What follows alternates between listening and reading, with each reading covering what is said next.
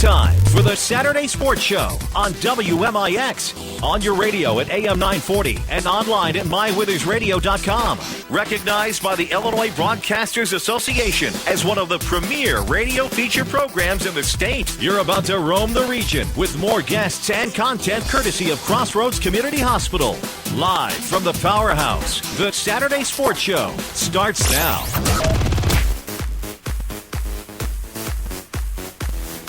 And glad to have you with us on WMIX, WMIXsports.com for the Saturday Sports Show. 9 minutes past the 8 o'clock hour. An hour and 51 minutes of sports talk this morning. Glad to have you aboard. Of course, you can stay up to date on the Twitterverse at WMIX Sports. We are on Facebook as well, and of course, always on WMIXsports.com. The Saturday Sports Show appears courtesy of Crossroads Community Hospital. It's more than a hospital. Yeah, it's what healthcare should be. Big scoreboard coming your way here in just a moment, of course. Busy night of basketball last night, all across of midwinter tournament action. Of course, the Midland Trail Conference tournament wrapping up tonight. Salem will wrap up tonight. Nashville, the Coca-Cola Superman Classic in Metropolis, the Benton Invitational Tournament, the Carmi Invitational, Sparta, West Frankfort, Jerseyville, Litchfield, the Little Illini underway. Chatham-Glenwood will wrap up tonight. And, of course, a bevy of girls tournaments will wrap up today as well. El Dorado, Carbondale, Effingham, amongst others. It has Highland as well. Of course, it's been a busy time for girls high school basketball in the midwinter tournament action. We'll have Lady Rams basketball coming up for you today. We'll have Mount Vernon Rams basketball coming your way today. And we will have the Woodlawn Cardinals at the Midland Trail Conference tournament today. So all in all, up to 4 games could appear on WMIX, AM, and FM today. Danny Zerwinski, should be an exciting time for high school basketball today, just on our stations, let alone across the region. Well, our station's doing a very good job. We're going to put games on today from 3 different areas of tournaments. I mean, you look at Carbondale Girls Tournament, you look at Salem Girls Tournament, and of course, our Salem Boys Tournament, and of course, we'll be at the Midland Trail Conference Championship game tonight at North Clay High School in Louisville. So we could have, like you said, 4 games from 3 different tournaments, all covered on our own station here today and tonight at WMIX. So quickly, we're going to run down the broadcast schedule for you right now. On WMIX today on the FM 94.1, all of them audio only at WMIXsports.com. The Mount Vernon Rams will battle Mattoon. That'll be an 11:15 pregame on 94.1 FM as the Rams and the Green Wave will tangle at the Salem Invite.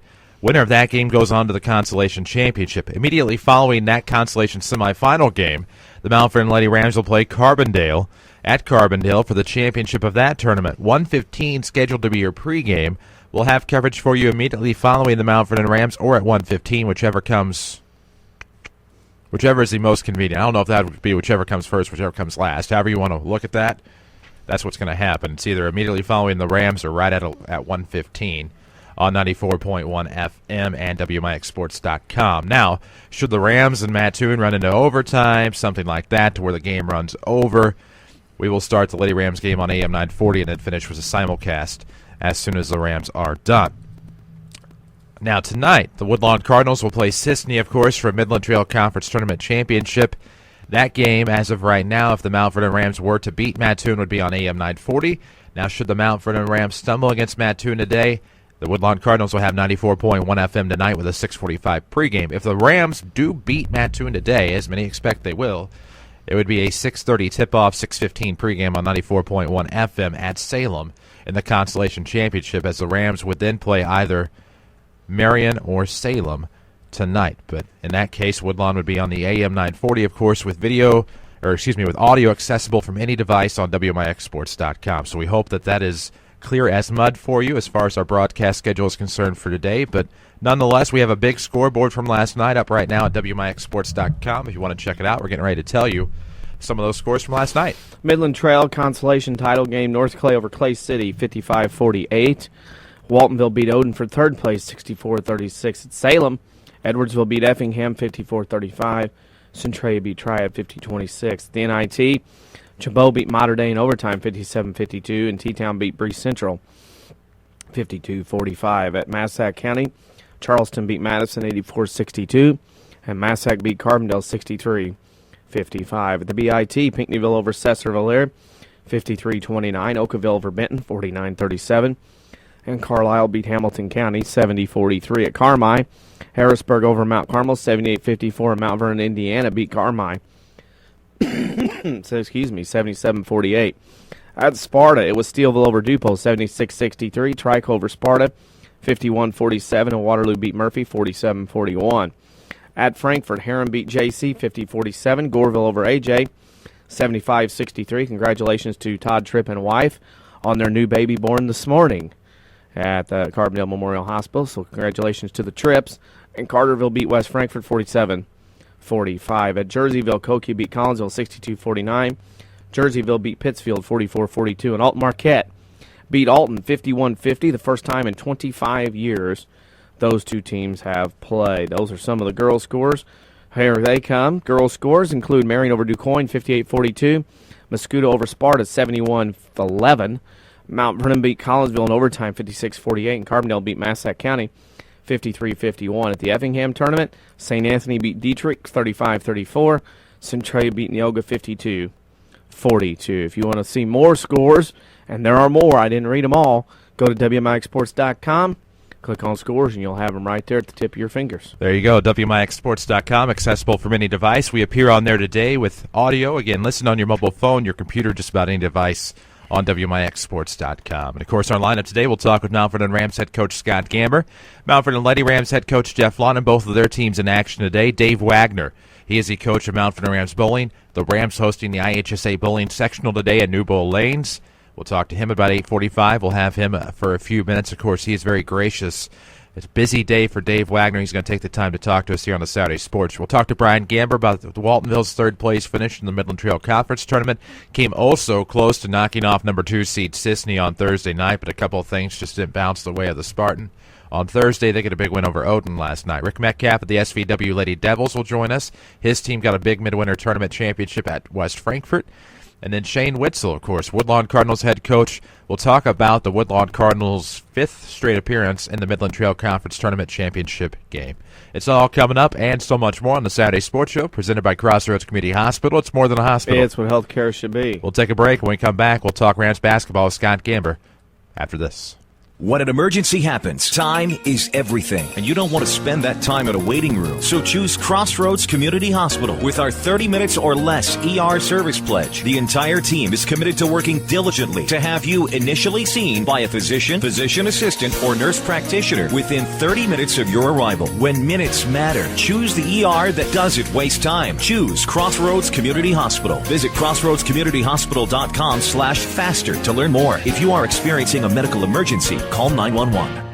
Hi, this is Jim Flag, commercial banker for People's National Bank in Mount Vernon. People's National Bank has served local businesses and farmers for over 100 years. With a wide variety of deposit and loan products, we have all your banking needs covered. From opening or expanding a business to purchasing a farm implement for the upcoming season, People's National Bank is here to help. Stop by today and let us show you what a true community bank can do for you. People's National Bank, serving Southern Illinois farmers and businesses since 1909. Member FDIC. America is a nation on wheels. Everyone has at least one automobile. We use them for shopping, work, everything we do. But they can be a threat. Some accidents can't be prevented. Your professional Pekin Insurance Agency, Page Insurance on Crownview in Mount Vernon, can help protect you from a large financial loss when an accident happens. Call Page Insurance today at 242-7000 about low-cost auto insurance from Pekin Insurance. Ask them about the many money-saving discounts that are available. Depend on your hometown professionals. Pekin Insurance.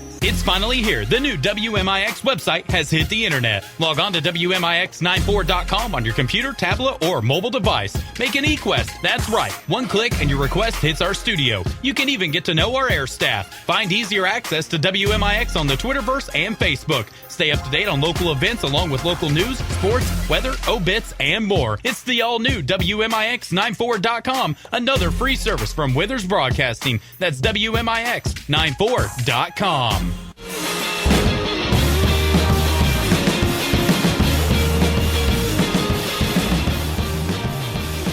Welcome you back to the Saturday Sports Show, WMIX, WMIXsports.com. Glad to have you with us, courtesy of Crossroads Community Hospital. It's more than a hospital. It's what healthcare should be. Our next guest is Rams basketball coach Scott Gamber. Coach, good morning. Morning. How are you guys doing? You know, I'd have to say pretty good. Looking forward to some Rams basketball today. Of course, you guys play Mattoon in the Consolation Semi at 11:30. You play Effingham on Wednesday night. You open up the Salem Invitational Tournament, and it really seemed as if that 6-0 run by Effingham to start the game, obviously losing 42-36. I don't want to say that's what kind of came back to haunt you guys, but the slow start certainly did not help when things were close late. No, that's I mean, it's never good to fall behind anybody, and they really jumped on us right off the bat. But you especially can't fall behind to a team like Effingham because you know there's not going to be a tremendous amount of possessions in the ball game. Effingham's extremely patient, and especially patient when they have a lead. And we were able to make a little run, but that time when we were making the run, especially there in the third quarter, they really extended their possessions and made us chase. And when you're trailing and having to chase like that, and you have to run against their continuities over and over, that takes so much energy out of you. And I thought I was proud of our kids for battling back, but you just can't put yourself in that kind of a bind against anybody, but especially them. Well, and the Effingham Hearts, coached by Ron Reed, a very well-coached team, and just their discipline, their physical makeup, their athleticism, and it was just another big physical Effingham team, and it just seemed to kind of fluster the Rams in the early going, but all in all, made a close game of it late. Effingham was able to pull away with some free throws. Almost seems like a distant memory anymore. It was Wednesday night, but you come in today, you look ahead now to Mattoon, a team that has struggled. They lost big to Edwardsville on Thursday night, a team that jumped up and kind of got the Rams last year in the first round, but a much different team, different coach, different players. You have to think that your odds of a consolation championship appearance are pretty good today. Well, I think the whole key today is being ready mentally and physically, and then being able to handle their pressure.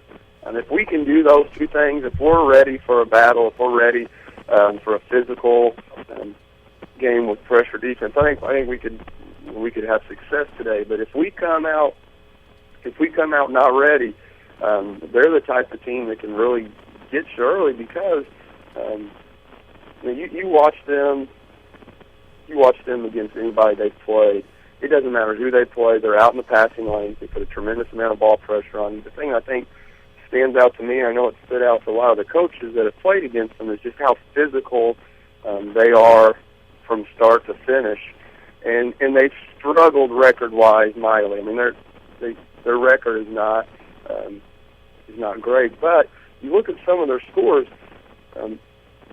They only lost Effingham by 1 earlier in the year. They only lost them by 8 a little later in the year. They beat Charleston pretty good. They've played some teams close. The Edwardsville game, for me, has no indication on our game just because we can't do any of the things that Edwardsville did to them. I mean, Edwardsville 6'4", 6'5" across the board.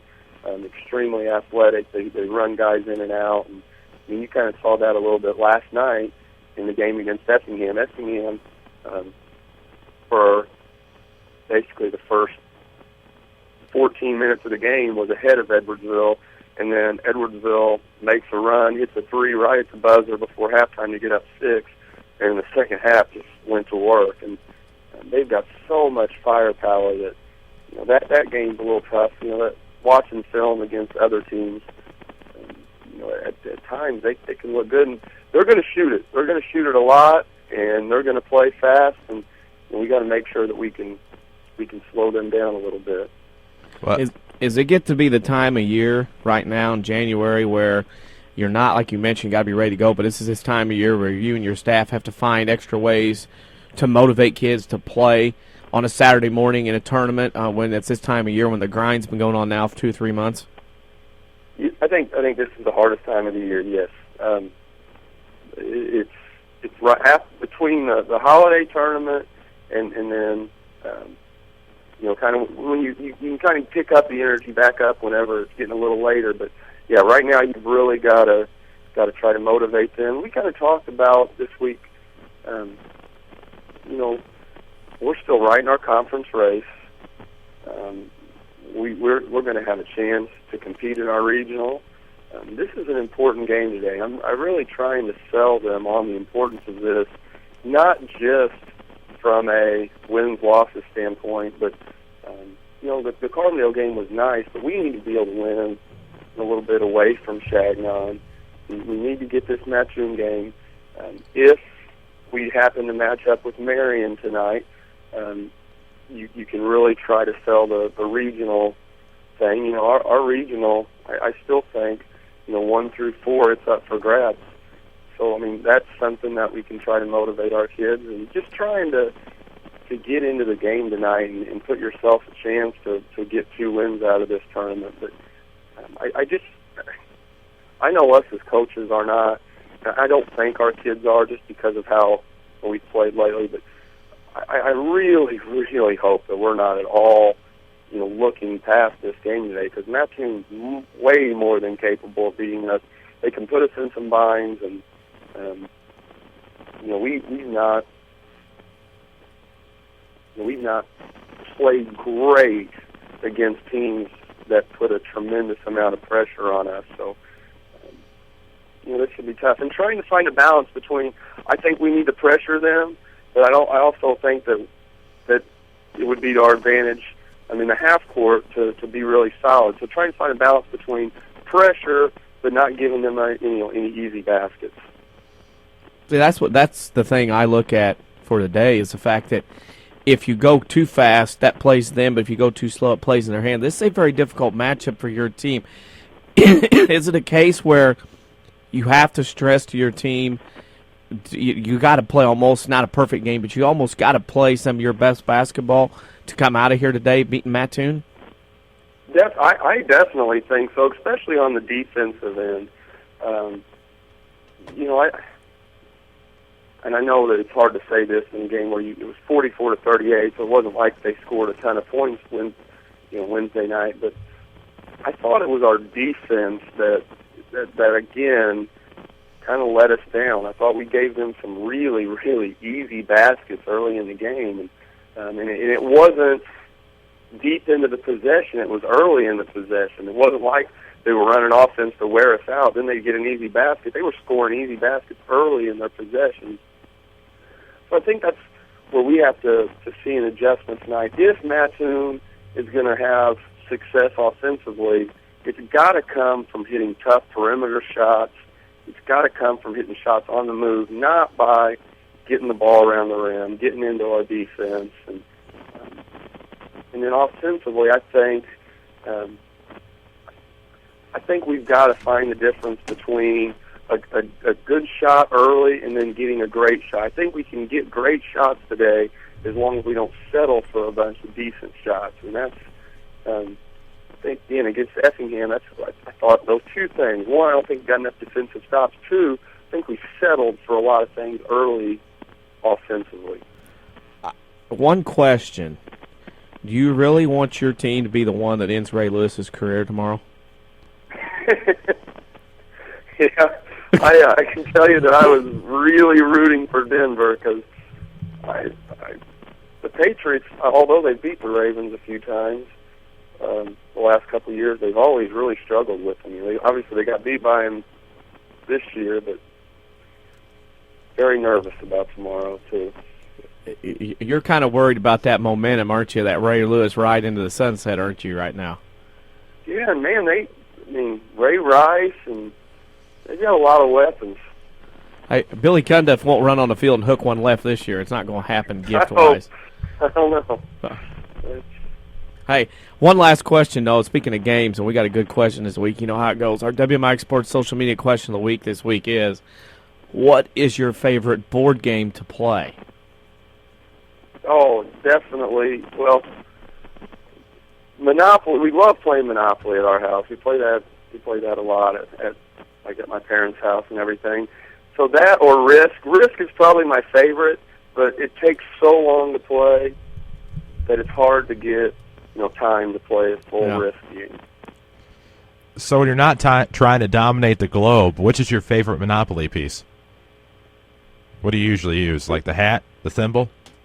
Yeah, well, right now we have Disney Monopoly. Nice. Peter Pan. Go ahead. Use the Peter Pan piece. Peter Pan, yeah. Nice. See, Risk is a great game to play, and I'm not talking the computer version. I'm talking about dropping the board out and getting it rolling, because I haven't done it in a while, but, boy, that's a great game to play. It is. You just can't play it in less than 3 or 4 hours at a minimum, so it's tough to find that kind of time. Yeah, especially in January. No, Yeah. no doubt about that. Scott, good luck today against Mattoon. Hopefully it'll bring you into a matchup against either Marion or Salem, and we will see you later on today. All right, thanks a lot, guys. That's Scott Gamber, Mount Vernon Rams and Mattoon Green Wave. You'll find that game on WMIX FM, audio on WMIXsports.com.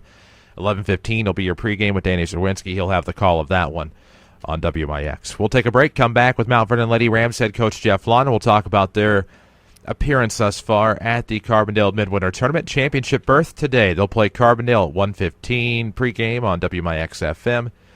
They'll tip off at 1:30. We'll talk with Jeff Lonnon after the break. This is a Saturday Sports Show presented by Crossroads Community Hospital. It's more than a hospital. Yeah, it's what healthcare should be. Back after these.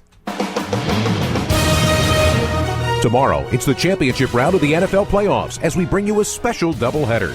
Hi, this is Scott Graham. Join me and the rest of our Dial Global Sports crew from the Subway Fresh broadcast booth for all the action. First, the San Francisco 49ers head to Atlanta to take on Matt Ryan and the Falcons. Then, Tom Brady and the New England Patriots host Ray Lewis and the Baltimore Ravens. The NFL playoffs are right here. Your radio home for Conference Championship Sunday is 94.1 FM WMIX. The Orthopedic Center of Southern Illinois welcomes Dr. Beth Conrarty to their medical staff. Dr. Conrarty specializes in comprehensive pain management using a multidisciplinary team approach by working with other specialists for optimal diagnosis and treatment of pain. Dr. Conrarty will treat most conditions of the spine, including management of cancer pain. Dr. Beth Conrarty, helping to make life better day after day at the Orthopedic Center of Southern Illinois in Mount Vernon. Call 618-242-3778. The technology in the 2013 Ford Fusion keeps you connected with the world and with your car. Hi, Roy Schmidt Ford dealer at Ford Square, Mount Vernon. Available sync with My Ford Touch allows you to keep your hands on the wheel and your eyes on the road while you play your favorite music, control the interior climate, and make or receive phone calls, and receive turn-by-turn directions. The new suspension system delivers a smooth ride, and for peace of mind, the available intelligent all-wheel drive system gives you traction when you need it most. Already affordable, you can save $1,000 in retail customer cash on a 2013 Fusion with a 2.5-liter Duraltech inline-4 engine at Ford Square, 1501 Broadway in Mount Vernon, Illinois, and see all of our inventory online at fordsquare.com.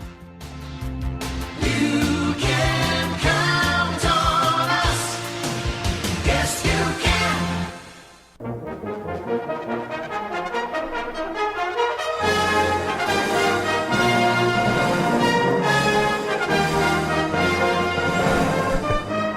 And we welcome you back to the Saturday Sports Show, WMIX, WMIXsports.com. It's presented by Crossroads Community Hospital. It's more than a hospital. It's what healthcare should be. Welcome now. Our next guest, his team will appear in the championship game at Carbondale today against the Carbondale Terriers. It's Lady Rams head coach Jeff Lonnon. Coach, good morning.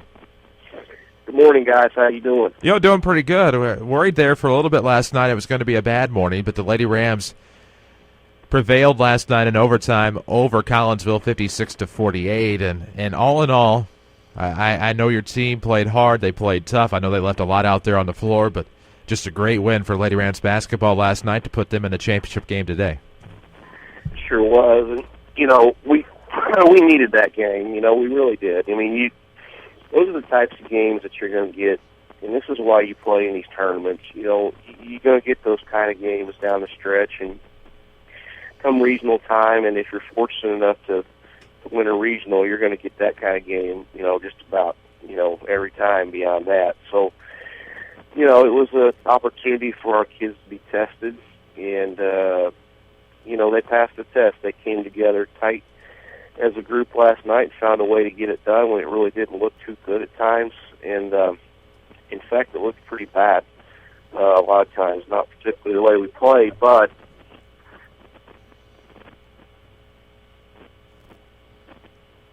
well, and Jeff, you still with us? You there, guys? I'm sorry. I'm here. You driving through a bad area? No, I'll tell you what the alarm on the phone went off. Oh, yeah, that's the bad thing about the iPhone. Yeah. That froze me up for a minute. Anyway, no, so it was a good game. It was a game we needed, and the kids came together when it didn't look too good at times. We were in foul trouble early, and it was a very rough game. The kids Claire was down one time, and I thought she was really hurt. So she busted her tailbone on the floor, and Courtney was banged up a little bit. And, Hannah's got, foul trouble, and Claire also had foul trouble. So, you've got some issues out there that you're dealing with that we have not dealt with for a while. So, those are big tests and things that, the kids, had to kind of, pick their way through and fight their way through. And we had to find, a little bit of strategy here and there to kind of get us to the end. And we were just fortunate, but, I give my team a lot of credit. They found a way, and that's why we're in that championship game today. Right, and the thing, Lonnon, the thing I take away from it most, and you're probably going to think I'm crazy for saying this, but I thought in a game like last night, everybody showed their value to this team and why they're an integral piece of what you're putting together here with the Lady Rams. And you have Hannah Owens, who had the 4 fouls early. She had 11 points in the first quarter, has the 4 fouls. Then you have Aaliyah Palmer step up with the scoring in the second quarter. But beyond that, once you kind of get in that foul trouble with Hannah and Claire going out with the injury for a little bit, Colleen Scoble had to come into the game amongst some others. I thought Natalie Williamson with some points off of the bench had a good effort last night. I thought everybody did what they needed to do to help bring this Lady Ram team together and get that win. And late in the stretch, it was Aaliyah Palmer in overtime and Kelby Cuiava the fourth quarter in overtime to kind of help bring this victory. But a player who did not get a lot in the scoring column, of course, with the 1 point was Courtney Scarborough. But she did the things she needed to do last night. And as a team, probably as a team, the closest this team I thought was last night. It's absolutely, there's no question on that. I think it's a pretty good observation. And, again, Courtney, just going back to Courtney didn't come out of the game the entire, 36 minutes. She was on the floor the entire 36 minutes. Now, I want you to think about that, Hugo. I mean, what would that do to guys like you and me? I don't know that I can make it up and down one time. Neither one of you would see the 3 or the 6. Yeah, the 3 or the 6, right. But not the 36, right? And preferably the 3. Mm-hmm. Yeah, she's out there, 36 minutes, and what? Who else? Palmer was out there 36 minutes. Yeah, Claire she's out came there. out because she was hurt. Owens had to come out because she was in foul trouble. Cuiava, I don't think came out. I don't remember her ever leaving the floor, no. So you got 3 kids. This is the first time I've thought about this. I had to think a little bit, but I guess 3 of them never came out of the game, played the entire 36 minutes. Now, that's 108 minutes when you add them all up. Yeah, exactly. I mean, that's hard to do and still, be able to function at the end. I mean, I know Cuiava went to the free throw line a couple of times or 3 or 4 times there in the end and knocked down. I don't know if she made them all, but she made most of them. And, Scarborough, I mean, she was out there helping us. She was guarding. I mean, that to me right there is the amazing thing. And listen, this goes for any sport, but hey, there's something to be said for a kid in this day and age, or any kid in this day and age, who could go out there in that environment, in that sport, and go up and down, win, lose, or draw, forget the win, and lay it on the line like those 3, or the 3 kids were in there the whole time, and of course the other ones too, and just, get to the end, period. I mean, that is a tough thing to do, and honestly, it's not for everybody. I mean, there's not a lot of kids who would even be willing to try to do something like that, or would even be capable of being out there for 3 minutes, much less 36. These are special kids. They really are, just because of that fact. Win, lose, or draw. I mean, they're not very deep. And we know that the kids that are on our bench help us every single day in practice. They don't get to play very much, if at all, but they're going to just toward them here a little bit. They're just as important as everybody else. And I hope that they understand that, because that's who we have to practice against and use in practice to prepare ourselves for these teams. So, it's really rewarding when somebody like Colleen can come in there for a 3-minute stretch and just do what I asked her to do. I mean, that to me almost makes it just as worth it as the rest of them. see a kid like that come off the bench, you know. And that could have been her sister. It could have been any one of those Dickies over there. She could have gone in and done, I think, a good job at what we asked her to do. But, you know, all those kids down there on the bench deserve a little credit, too, because they help prepare, you know, us for games like that. Because we do, you know, we rough these teams in. We go over their plays and things of that nature. And, you know, we need those kids to know that. I mean, there's all those kids sitting over there. I just mentioned Collie's sister, but Vicky. But you know, Zadelis is over there, and little Austin just moved up. You know, and Sanders and people like that. You know, they're just all an integral part. Every single one of those guys on the bench. Oh yeah, they all are definitely intricate pieces of the team. But taking a look at your 16-3 record now, that matches your win total from last year. I know the girls are tied from last night. They have to play a Carbondale team for the third time this season in the championship game on Carbondale's home floor. If you can get this one today, and I'm only saying if because I don't like to be too cocky on the air, I think the Lady Rams have a fighting chance. Obviously, they've beaten them twice already. It is tough to beat a good team 3 times. But if you get that 17th win today, knowing how tired they are from this week, is that a nice little boost of momentum heading into some tough conference matchups next week? Yeah, sure, absolutely. I mean, you know, we're going for a tournament championship today, so I mean, you would think that would be, you know, the ultimate boost that you'd want to have going down the stretch for your conference and your regional, you know, coming up here real quick. So, you know, whatever happens today, I don't think that whatever happens, win or lose today, I don't think it'll one way or the other if it's bad. I mean, if we lose today, I don't think that's going to cause us to nosedive in the ground and go into a giant slump. And if we win today, I think it'll just be kind of status quo, you know, and they're starting to get used to winning. And, you know, I think they'll be happy, they'll be thrilled, but, you know, I think it'll help them, obviously. But, you know, I don't think when we go to Highland on Tuesday or Thursday, to be honest with you, I think the same effort will be there whether we win or lose today. And if you noticed, the effort every time out with this group is nothing short of just 100%. They play hard. Now, they don't play perfect, and there are mistakes, but you know what team that plays hard doesn't make mistakes or doesn't have a stretch where they don't play well? You know, that's just the nature of the game. It's tough being out there with those 10 moving parts if you're an individual basketball player and not make mistakes for 36 minutes. It's just impossible. So the one thing that we will accept is mistakes as long as the effort is great. And we've gotten great effort every single time now for the entire year. Well, and great effort indeed. And, of course, Lonnon, a big game today in the Carbondale Tournament Championship game against the Carbondale Terriers. And, you know, you mentioned if you're not working hard, you're going to make mistakes. But if you don't make a mistake once in a while, that just means you're not doing anything. So last night's game I thought was a great one. Hopefully leads to some momentum against a tough Carbondale team today. But that brings us to a question we think is perfect for you in our WMIX Sports Social Media Question of the Week, which is, what is your favorite board game to play? Surely you're a board game guy. No, not really. What? What? He ruined his day. Great. You're not a board game guy? Okay, I'm not a board game guy. I'm going to be honest with you. I would say Clue. That's good. If you were now, everybody has like a favorite Clue character. Like, who do they have? Like somebody Plum. Was it Professor Plum? No, it was. Wasn't Sergeant Mustard? Yes. There's Colonel Mustard. Or Colonel Mustard. Yeah. In the lavatory that with was the knife. my favorite board game when I was a kid. Monopoly would be right up there, we go. close second. I think your cousin said Monopoly on Facebook. Yeah.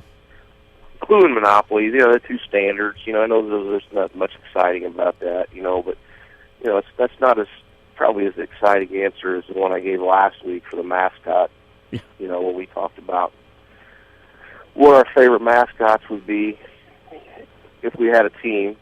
The Squatch, man. Gotta like the Squatch. The Squatches. Yes. Or the Wood Boogers. Yeah.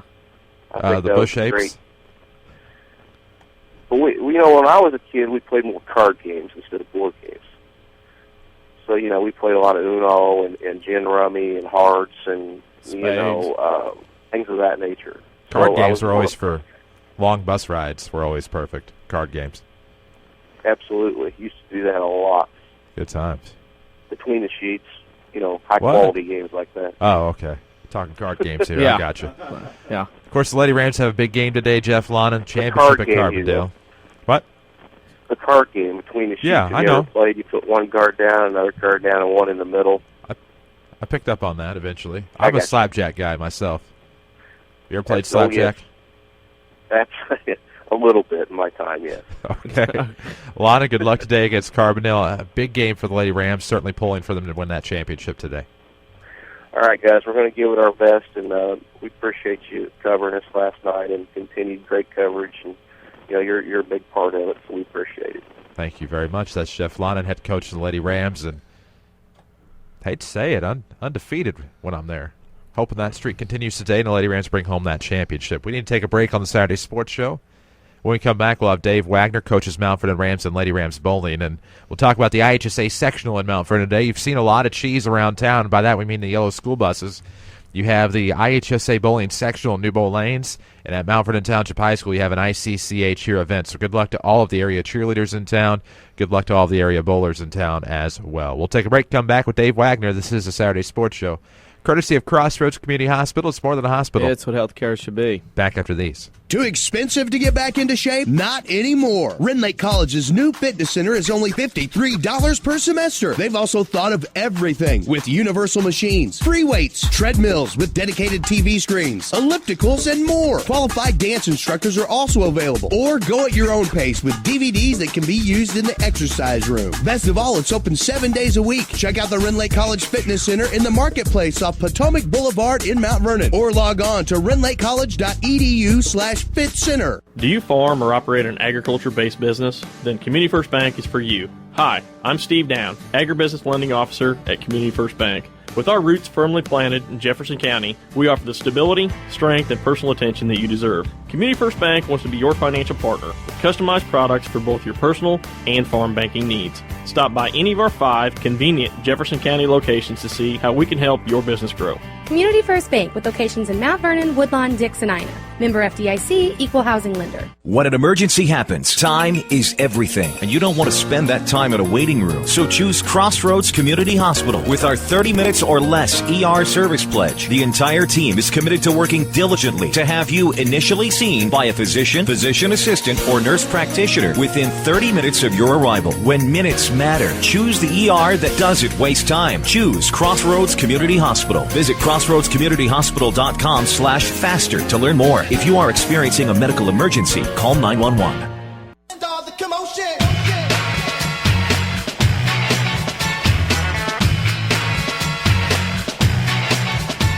And we welcome you back to the Saturday Sports Show, WMIX, WMIXsports.com. It's presented by Crossroads Community Hospital. It's more than a hospital. Yeah, it's what healthcare should be. Super Dave Wagner joins us now, head coach of Mount Vernon Rams bowling. Super Dave, good morning.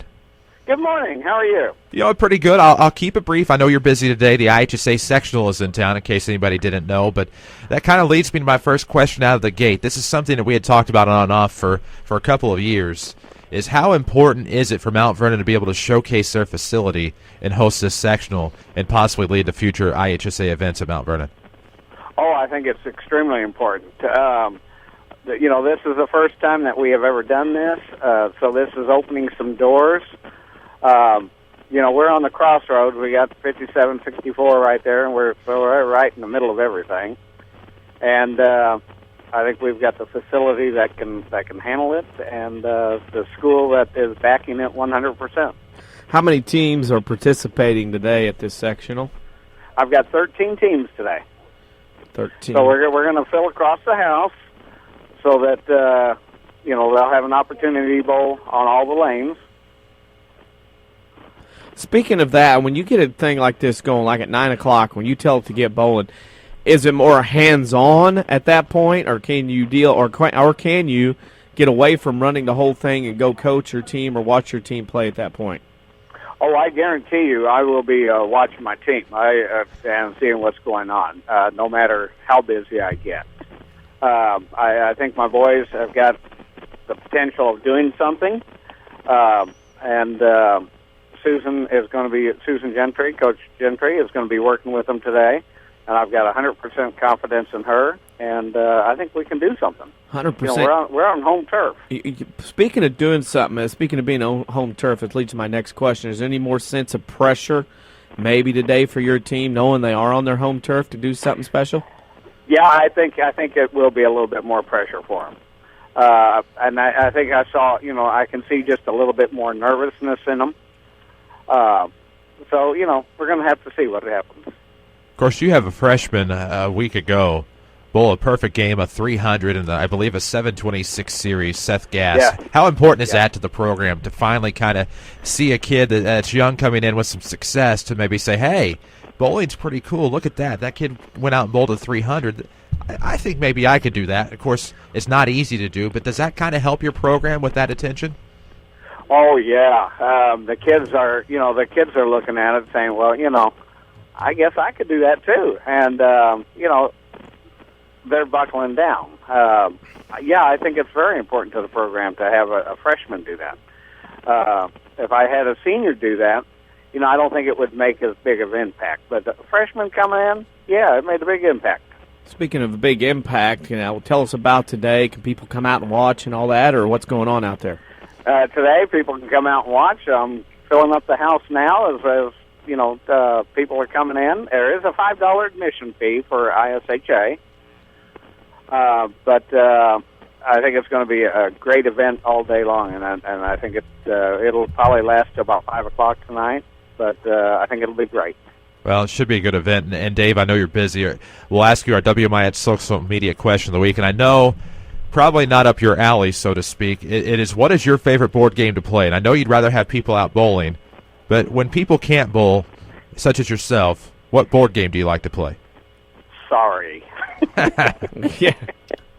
Nice. Sorry, that's the game I like. Awesome. You get to bump people in that. That's what I like about it. You get to bump their pieces and stuff. That's awesome. Yep. But a big day for New Bowl Lane. Sectional starts at $9, $5 to get in. That goes to the IHSA pretty much, and a great opportunity to see what New Bowl Lanes and Mount Vernon Rams bowling is all about. Super Dave, good luck today, and hopefully we'll talk to you again soon as sectional champion. Okay, thanks. That's Super Dave Wagner, Mount Vernon Rams bowling coach, brief because he literally worked us in to try to come on our show today. And, of course, sectional bowling starts at 9. You just heard he'll probably go until about 5 o'clock with that. But he was in the middle of a coaches meeting at 8:30.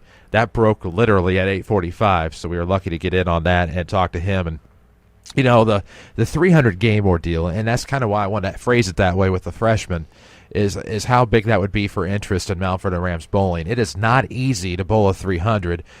We happen to have a guy in this studio right now who has bowled a 300, Jeff Crow, helping us out today, of course. But you think that if he can do it, it's probably something that anybody can do. But that's not the case. And, when Seth Gass went out there and rolled that 300 in a 726 series, I believe was the exact series, knowing the pressure on high school bowlers and knowing how, as a kid, especially when you grow up in youth leagues, how tough it is to keep focus and keep your mechanics while bowling, that is an impressive feat. And I can't imagine it'll do anything but help the Rams bowling program with some interest along the way. Yeah, that's just going to help. Not from the current team now, but from the fact that it's going to build down to the youth leagues and everything else, because those little guys that are 6, 7, and 8, those high school kids may not realize it, but those 6, 7, 8, 9-year-olds, they watch those 15, 16, 17, 18-year-olds in sports pretty closely, and they're kind of like, heroes to them when they do those things. Well, it's no different than, maybe growing up in a youth league and you're, I forget the terms they use now.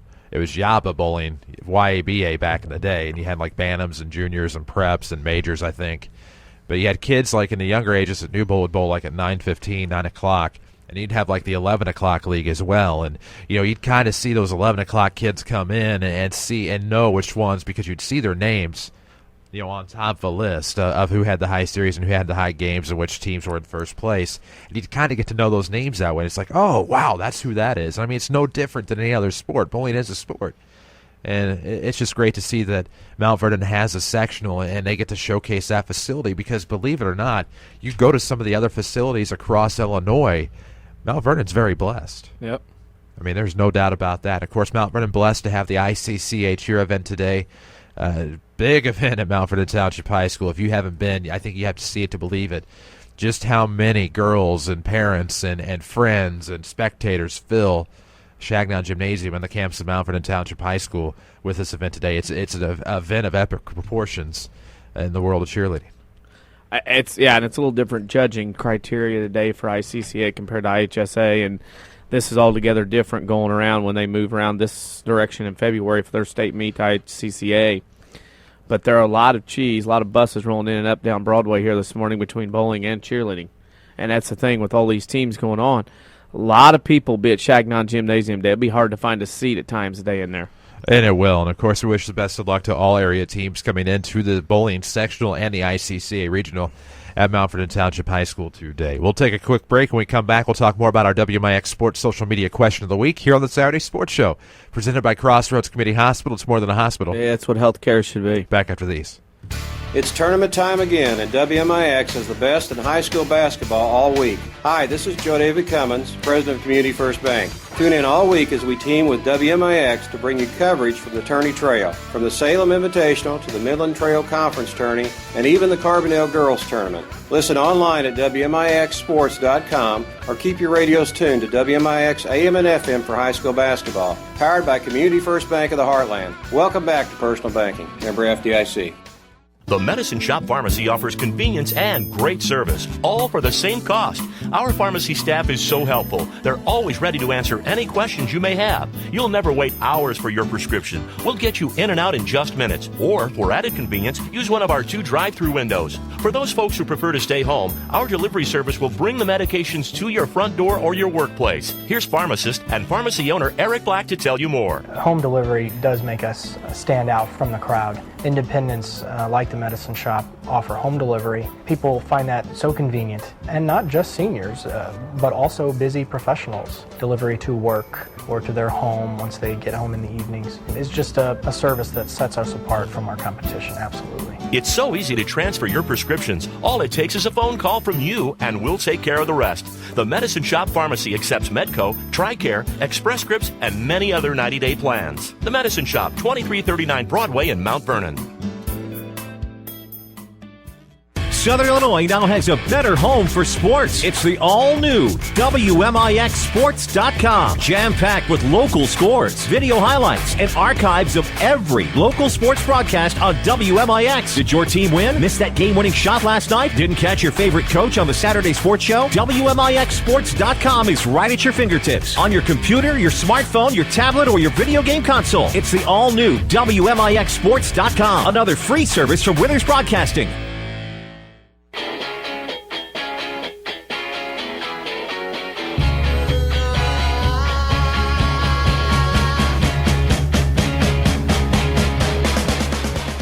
And we welcome you back to the Saturday Sports Show, WMIX, WMIXsports.com. It's presented by Crossroads Community Hospital. It's more than a hospital. It's what healthcare should be. Glad to have you with us. Don't forget our WMIX Sports Social Media Question of the Week. You'll find it on Facebook and Twitter. Which board game is your favorite to play?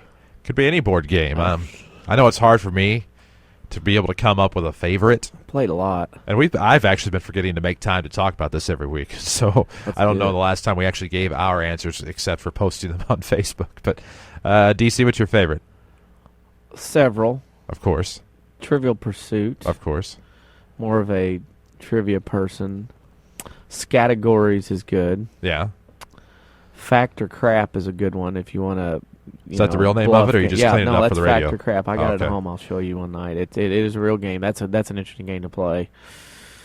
You know, something along. You have board games? Oh, I got a bunch. That's probably the one thing I haven't seen around the house. Well, there's lots of things around the house, but big old signs. There's all kinds of things. In blue. The blue signs are the best. Homer's homies usually go a long way. Prominently displayed. Prominently displayed and forever will be as long as I walk the face of the earth. But, you know, if it's Trivial Pursuit, I like Coach Gamber's Risk. If you got plenty of time to play Risk, that's the game that can really, you know, do some things. I'm not a big Monopoly guy, but I'd have to say like Trivial Pursuits, Categories, Risk, somewhere along that nature is where I usually go at.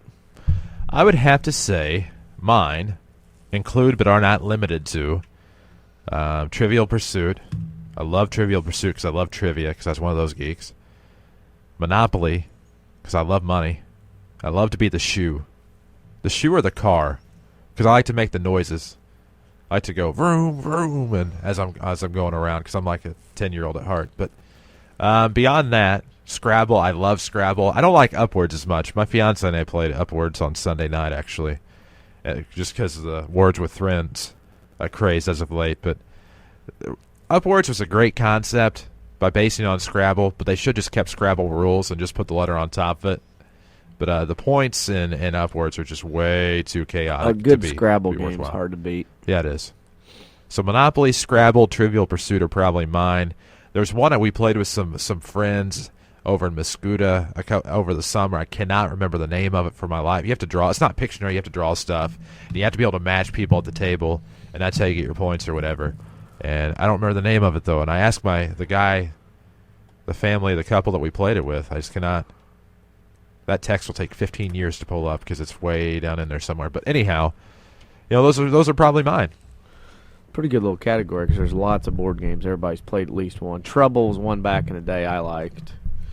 Pop that little die around and have at it. What was that game where you had to pop the thing in the middle? That's Trouble. Really? There's one called Headache, too, I think. Yeah. Operation was a pretty knockoff. crazy. Operation was okay, but it got boring after a while.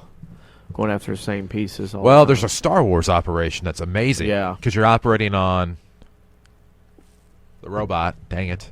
R2-D2, Thank you. CP3O. I think it's R2-D2 because the voice is C3PO. I had to think.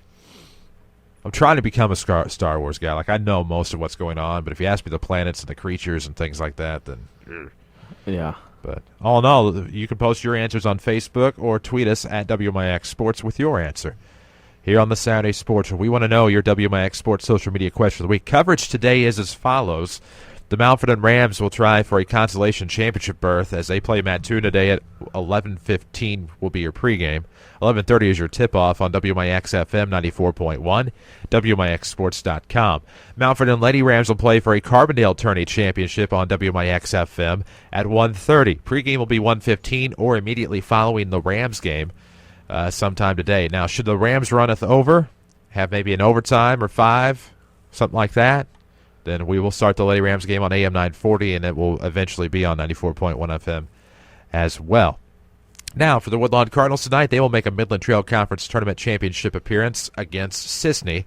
That game, depends on the Mount Vernon Rams. If the Rams win at Salem today and play tonight at 6:30, Rams will be on 94.1 FM. Woodlawn would be on AM 940. Both games would be streamed with mobile capabilities at WMIXsports.com. Otherwise, if the Rams should happen to stumble today against Mattoon, the Woodlawn Cardinals and Sisney Running Lions will be on 94.1 FM. We hope that's clear. But that is our broadcast schedule for today. And speaking of teams that we've broadcasted, Brian Gamber, the Waltonville Spartans, will join us at the top after the top of the hour. We'll get a scoreboard update in. I forgot about the scoreboard update from the WMIXsports.com scoreboard. It's like something feels light right now. It's like I know I'm forgetting to do something here at the top of the hour. Well, we'll go down the list of games that we did not read a while ago in the first trip through. Let's go to the Litchfield tournament. East Alton Wood River beat Lebanon 57-55 for 11th. Litchfield beat Hillsboro for 9th, 50-44.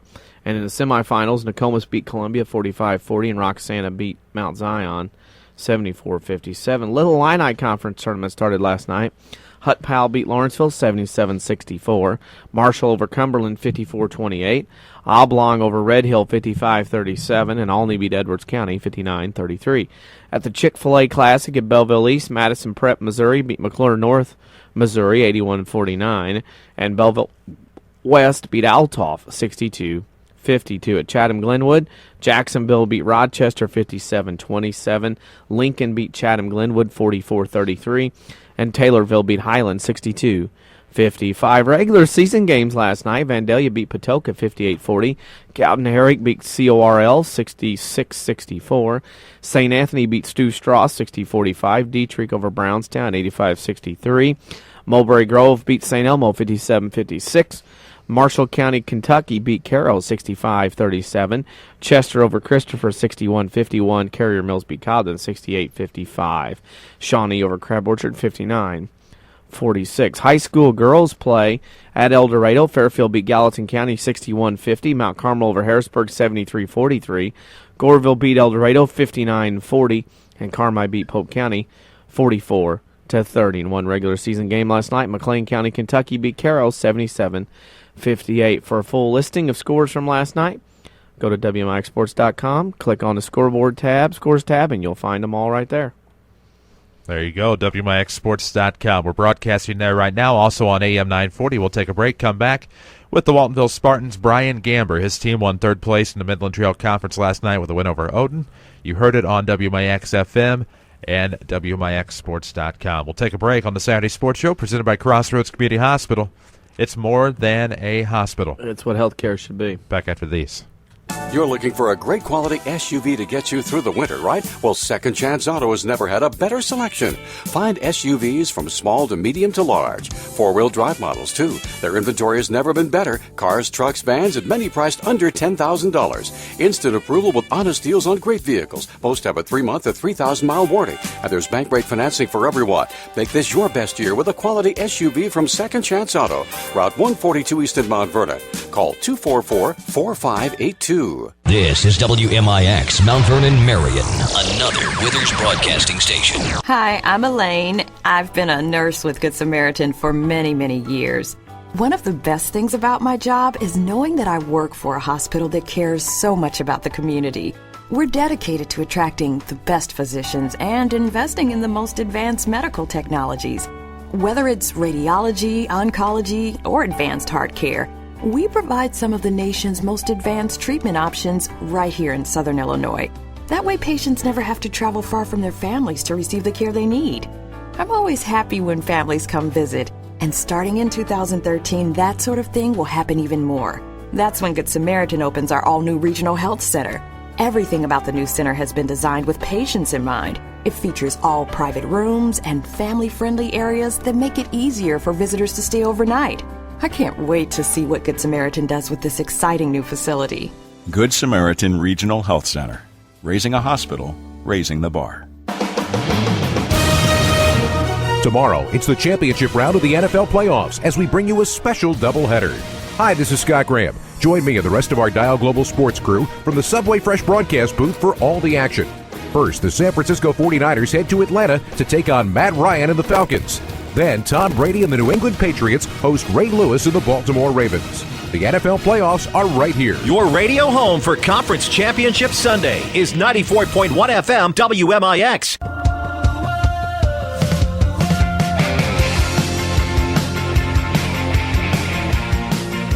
And we welcome you back to the Saturday Sports Show, WMIX, WMIXsports.com. It's presented by Crossroads Community Hospital. It's more than a hospital. It's what healthcare should be. Our next guest, his team won third place last night over Odin. Brian Gamber, head coach of the Waltonville Spartans. Coach, congratulations and good morning.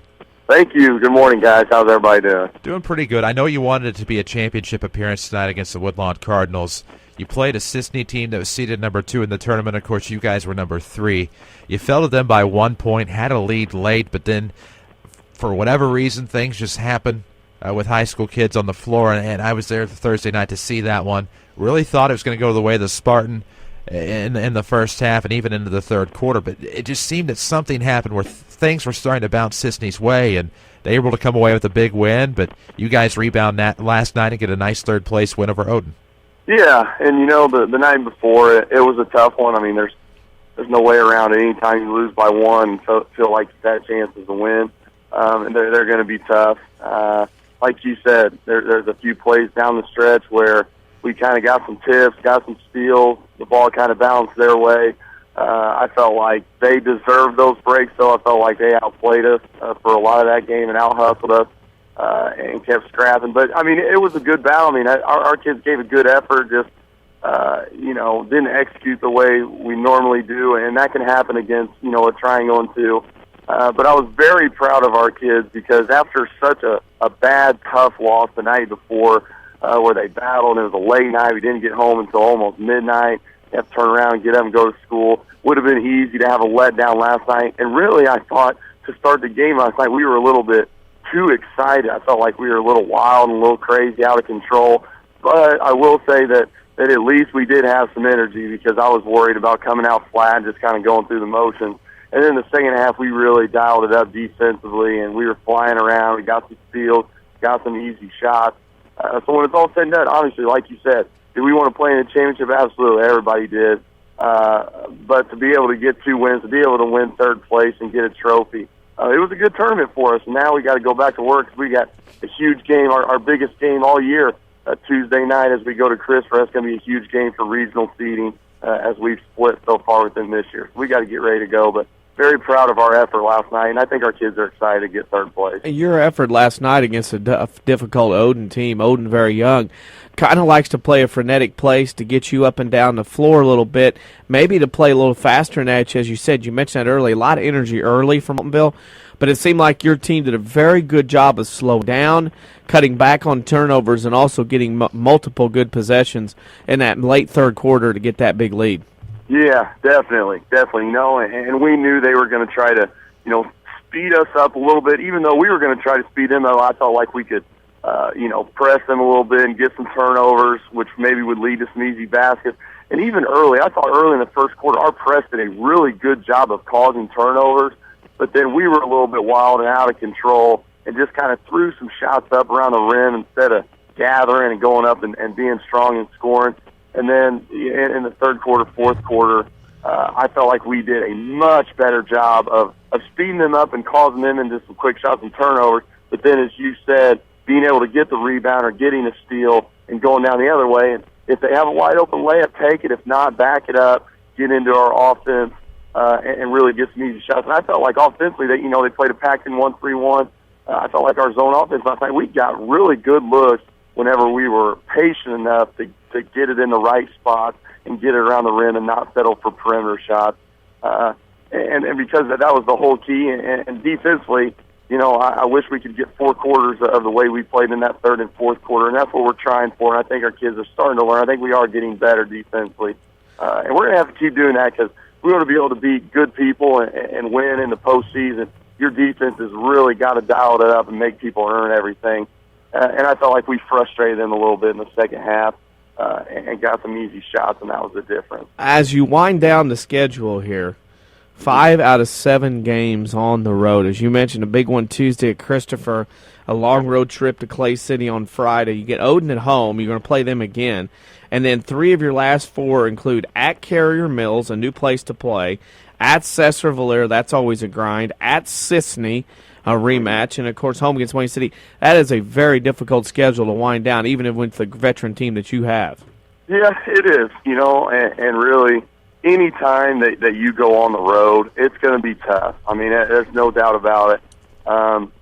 For us, I mean, to me, that's a good thing for us. I feel like our guys need to play in tough environments. They need to play in tough atmospheres against very good people. Just looking at the schedule, one thing that's going to be tough, and I know it's going to be frustrating for some of our guys, is I would say from this point on, almost every single team we play probably going to play us triangle and 2 and try to junk it up, which, you know, we've seen it 6 times already this year.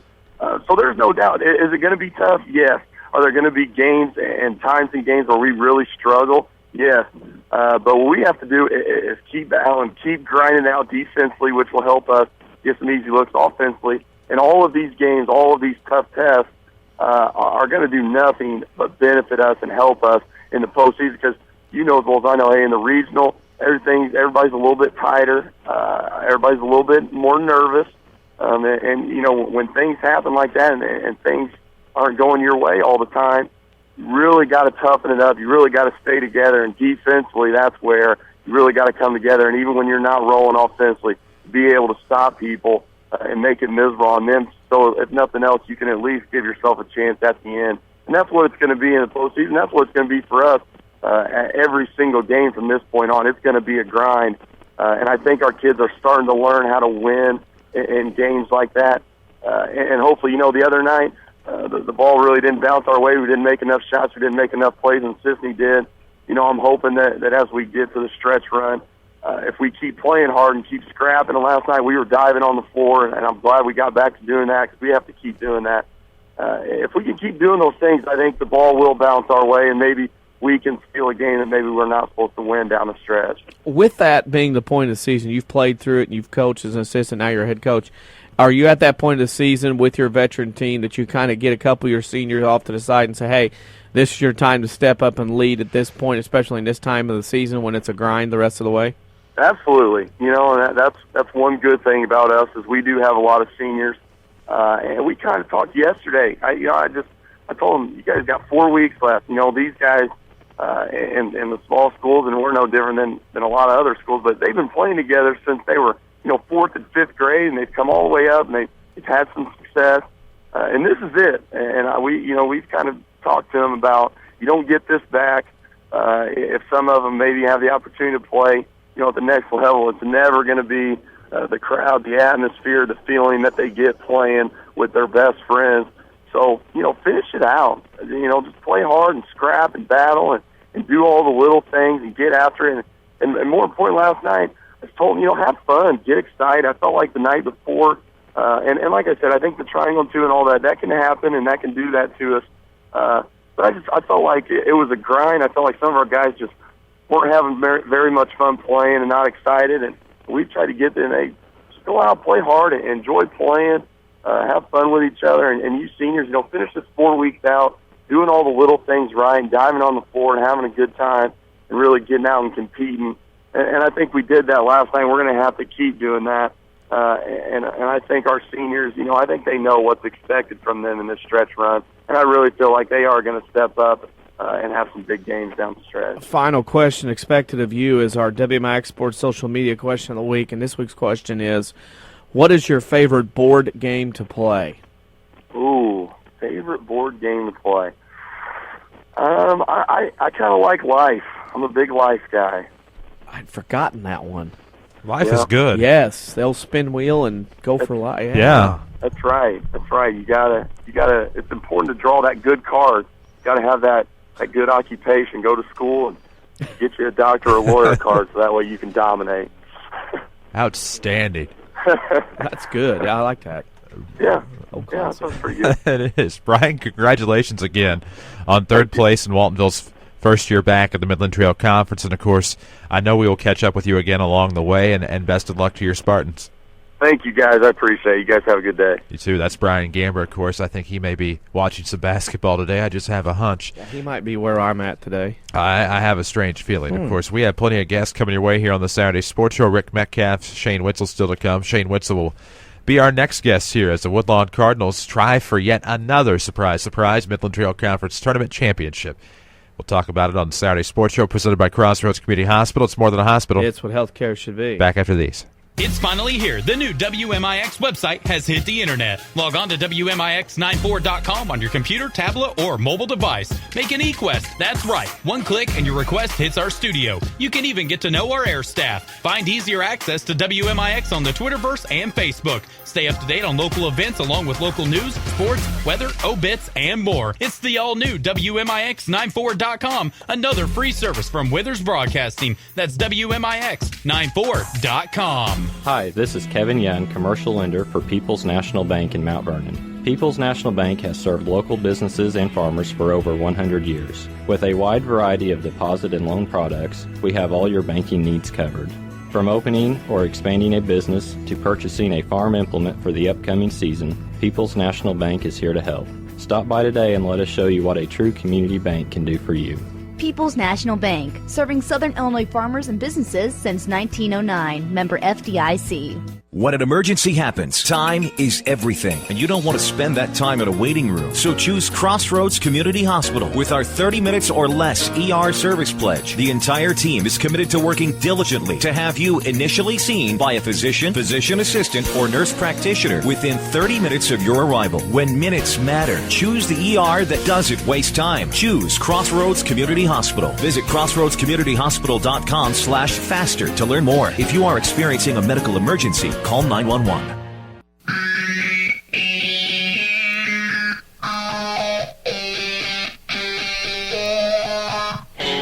And we welcome you back to the Saturday Sports Show, WMIX, WMIXsports.com. Glad to have you with us, courtesy of Crossroads Community Hospital. It's more than a hospital. It's what healthcare should be. Of course, our next guest, his team plays for yet another consecutive Midland Trail Conference tournament title. It's Shane Witzel, the Woodlawn Cardinals. Coach, good morning. Good morning, Chris.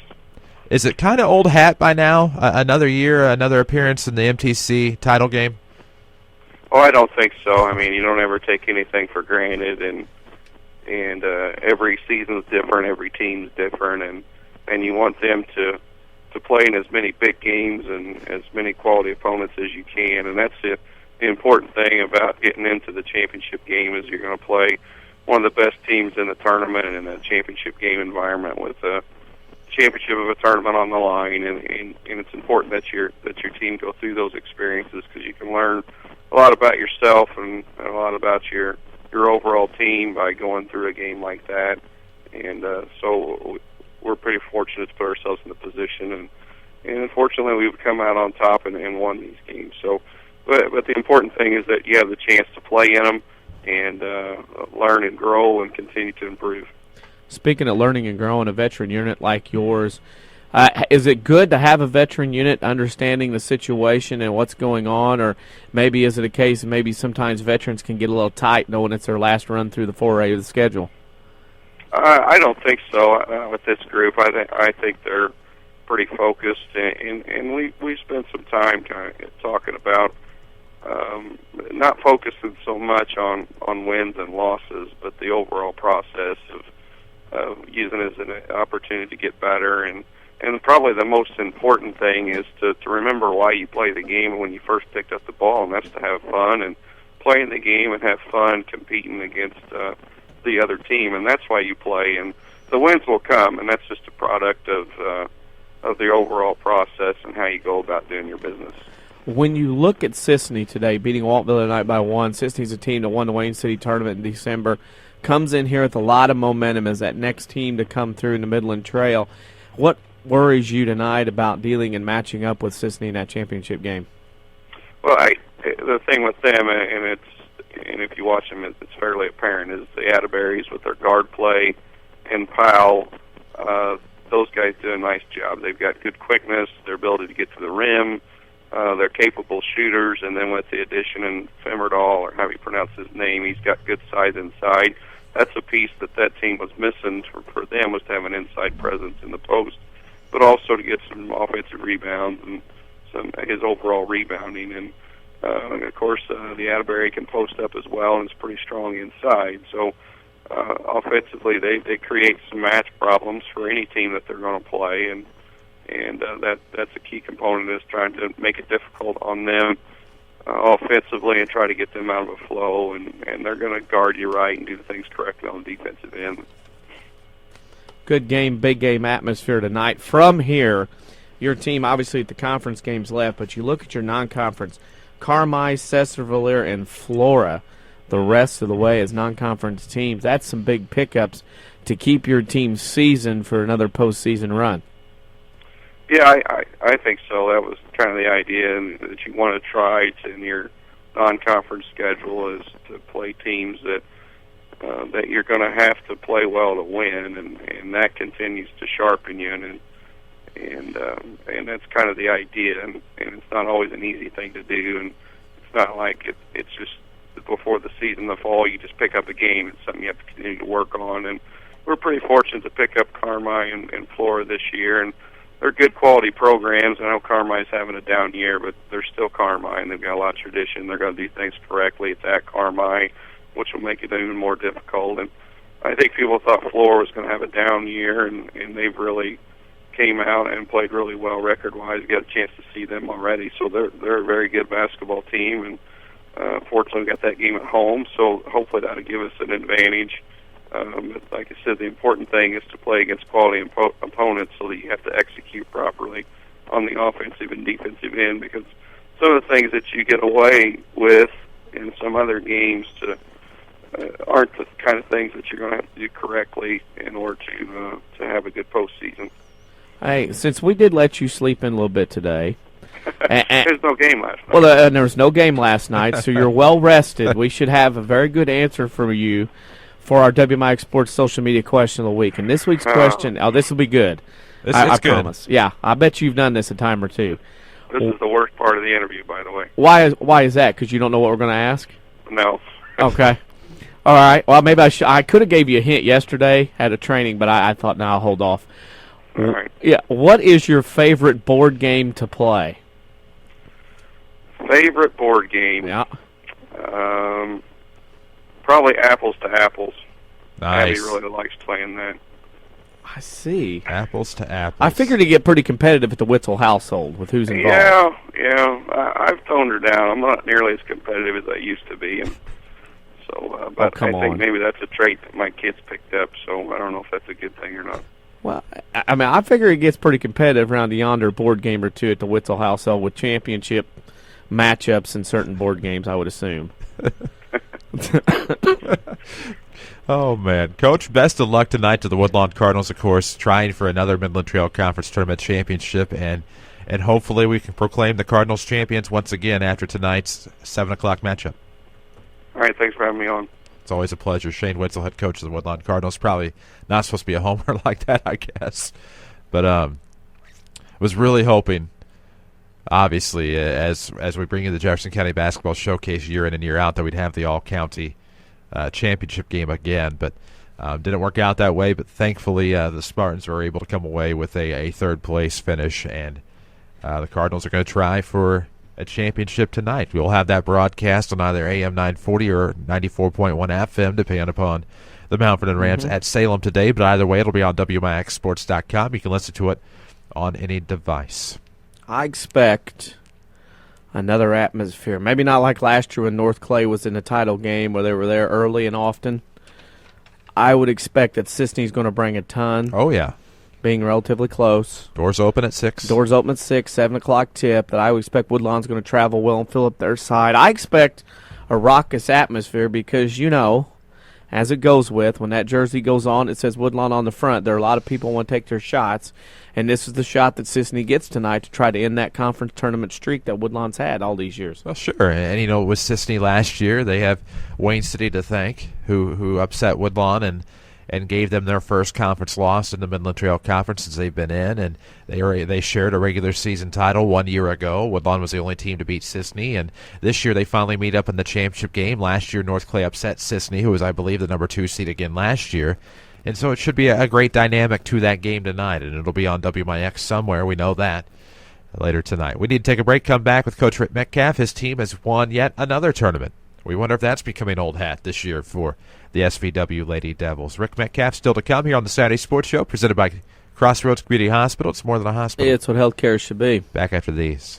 Southern Illinois now has a better home for sports. It's the all-new WMIXsports.com. Jam-packed with local scores, video highlights, and archives of every local sports broadcast on WMIX. Did your team win? Missed that game-winning shot last night? Didn't catch your favorite coach on the Saturday Sports Show? WMIXsports.com is right at your fingertips. On your computer, your smartphone, your tablet, or your video game console. It's the all-new WMIXsports.com. Another free service from Withers Broadcasting.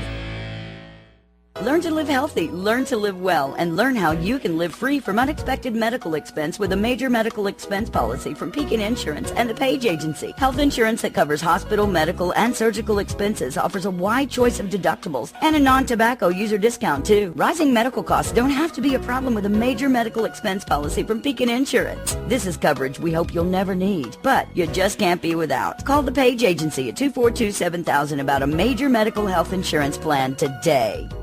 When an emergency happens, time is everything, and you don't want to spend that time in a waiting room. So choose Crossroads Community Hospital. With our 30 minutes or less ER service pledge, the entire team is committed to working diligently to have you initially seen by a physician, physician assistant, or nurse practitioner within 30 minutes of your arrival. When minutes matter, choose the ER that doesn't waste time. Choose Crossroads Community Hospital. Visit crossroadscommunityhospital.com/faster to learn more. If you are experiencing a medical emergency, call 911.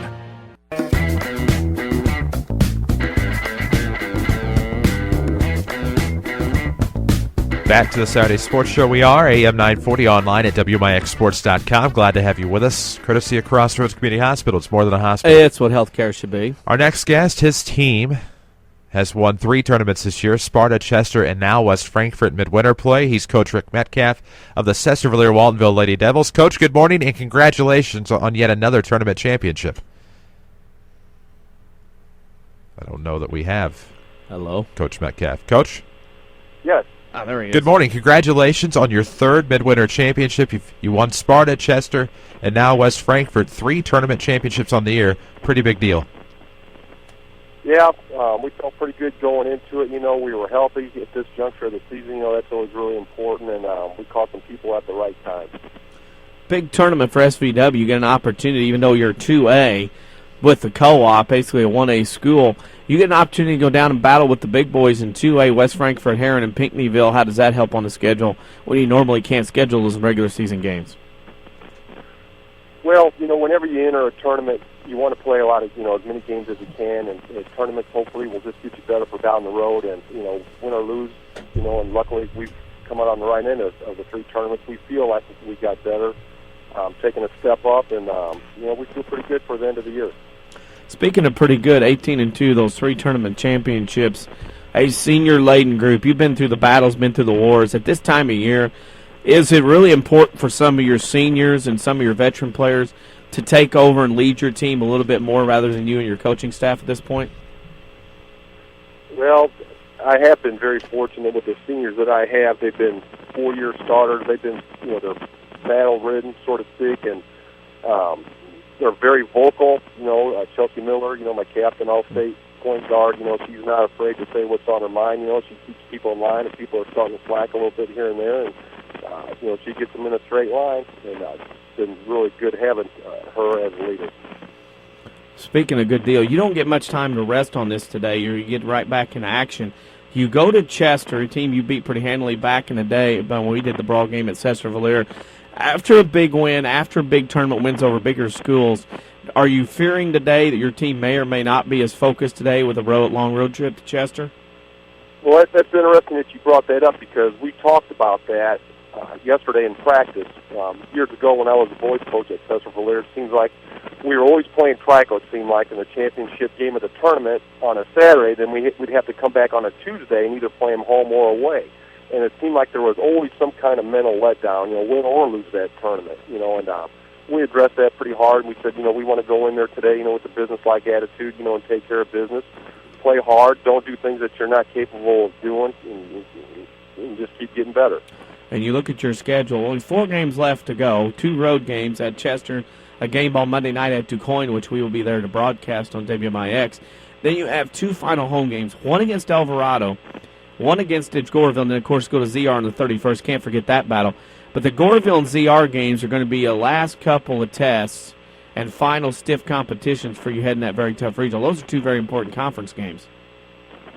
Right. You know, all your conference games are important. You know, I heard Randy Smith-Peters years ago tell this story, you know, that in his opinion he thinks it's a lot harder to win a conference, and I have to agree with him, you know, and it's a little bit more special because it's over the course of the season. You know, if we win out, you know, we'd be co-champions, and, you know, we got a hard way to go. You know, Goreville, I mean, my gosh, but they're flat out awesome. I think they're playing against Mount Carmel tonight. I wish I could go watch that. You know, I think that'd be a good battle. But and then, of course, ZR's got the 2 girls, the Gunner girl and the Mifflin. Between the 2 of them, they're getting 50 points a game. And, you know, so it would be a tough way to go. But, you know, like I say, you know, we're healthy right now at this juncture of the season, and we're playing with a lot of confidence. And our defense is just meshing really well right now, so feeling pretty good about it. Speaking of feeling pretty good, I know the regional at ZR, but also you get to play a game there at ZR before that regional. How important is that as a quirk of the schedule to get a game in a regular season before you start playing down there in that regional? I think that helps out quite a bit, you know, just to get used to the atmosphere again. You know, of course, the place won't be as full. It will, you know, they'll probably be about 75% full, I figure, for our conference team down there, but you know, how in the heck, you know, it's going to be interesting to see how they're going to get those folks in there from Nashville, Benton, and Sesser, and the home team ZR. You know, that's going to be kind of interesting where they're going to put all those people at. But, you know, it'll be jam-packed, and, you know, we've had some really good success over the years over there, so, you know, I'm okay with playing over there. Speaking of that regional, you just mentioned it, the ZRC regional, you are a 3 seed. Now, that's hard to believe. 18-2, 18 wins. You're behind number 1 Nashville, number 2 Benton. And then you are at number 3. I mean, that is probably and arguably one of the toughest regionals, if not the toughest, at least south of 64, maybe south of I-70 in Southern Illinois for girls play. Well, I'd have to agree with you after looking at, you know, just kind of taking a closer gander at the other regionals. You know, you got 2 or 3 of the top teams. Of course, you know, Nashville is like 3 notches above the rest of us. But, yeah, I have to agree with you, you know, and I still haven't figured out how Nashville got down here. I think they played Benton once, and they don't play anybody else on the schedule as far as that goes. But I'm gonna make a phone call and find out why. I mean, it's not for this year, of course, but I just, how do they do that? That's going to be my question. So it should be interesting to see what kind of answer I get. I think that's a question we've all had over the years. Sometimes when we see teams and regionals and sectionals divided up and play. I mean, this is one of those regionals where you look at it and you look at how deep it is. You're looking at almost 4 teams out of 6 with an opportunity to win a regional here that week at ZRC. Right. ZR is a quality team. You can't forget them as a 4th seed, playing on their home floor. They're going to get some people some fits as well. So, in any one of those 4 teams that we just mentioned, there's a couple of other regionals where they could actually be the number 1 seed. That's the thing I look at as deep as this regional is. And one thing we also like to look at is our WMIX Sports social media question of the week. And I know how competitive you are. And this week's question is, what is your favorite board game to play? Without a doubt, chess. Really? And I got a little story for you on that. Okay. Okay. I actually played high school chess. We had a chess team. I went to school at Bradley Bourbon, a bigger school, about 1,600. And I was on the chess team. I had a math teacher, Mr. Brown, that taught us one day how to play chess in his math class. And for whatever reason, I just grasped it. And by my junior year, I was actually beating him. I played the 2 boards. You play 6 boards when you go to a tournament. I could never beat the number 1 guy. Kid name, I got to drop this name. Rick Siskey is actually a multi-millionaire in Charlotte right now. And I could never beat the guy. But pretty much everybody else, when we go to these tournaments throughout the Chicagoland area, I had my way with them. And I think I've got about 6 chess boards at the house, different kinds, sizes, and all that I've actually won in tournaments. So, yeah, I do enjoy playing chess. I see. Now that's one thing I didn't know. I'm surprised I haven't seen a fundraiser roll around yet with a chess tournament or something. Well, I think you know this. I do the Teen Reach program in the off season at Sesser, and we'll have like 40 kids in there, and that's one of the things I do. And I'll say about 30 of them. I'm talking 6th grade through about sophomores. They learn how to play chess, and we have little tournaments and things like that. So that's kind of cool. To kind of teach the kids how to do that. Okay, off topic. I know it's kind of between seasons. The Bears flag is obviously down today. Are you going with the Bulls flag right now, or you got the Blackhawks flag up? The NHL starting today. No, I got the Bears flag up. I'm feeling pretty good about that. We got the new coach. I hope everybody just gives the guy a chance. So I'm going that route. I had to put the Notre Dame flag upside down there for a couple days. We were in stress mode there, but, I think we're kind of over that. Are you over that, or did you put it back up in stress mode with all this hard to believe, didn't have a girlfriend, did, she's real, she's not stuff going on? I'm going to say he's innocent. I'm going to go that route. Okay. The Notre Dame family's backing him up 100% on that. I think he just got caught up into some things, and then he just went along with it, when he knew he couldn't really get out of it, a girlfriend online, we were talking about that. Nowadays, that happens quite a bit, with Facebook and things of that nature. So it's just that he's a little bit older and he's in the public eye, and I think he got caught up into it. So we'll see how that plays out. Rick, we want to thank you for joining us. We're going to do some more of your games. This rolls on. We'll be in DuQuoin Monday night, and we'll be hoping to see you then, and good luck the rest of the season. Okay, maybe next time I see you, if we can play a little game of chess there. You can teach me a lot, I'm sure, about chess. All right, okay, thanks, buddy. Rick Metcalf, coach of the SVW Lady Devils, and we will be broadcasting the SVW Lady Devils at DuQuoin on Monday night. Looking forward to that matchup down there, and they either renovated Andrews Memorial Gymnasium and or the other gym facility. I don't know which one we'll be in yet, but we'll be there sometime. We'll be there Monday. Yeah, I can find out pretty quickly in DuQuoin, Perry County area pretty quickly. Yeah, I have a feeling we can find that out pretty easily. But we look forward to that one on Monday night. Next week, a busy week for us as well. And we'll talk some of the 1A and 2A girls regionals when we come back on the Saturday Sports Show. Looks like we're going to be at one regional quite a bit. We'll take a break, come back. This is the Saturday Sports Show presented by Crossroads Community Hospital. It's more than a hospital. It's what healthcare should be. Back after these.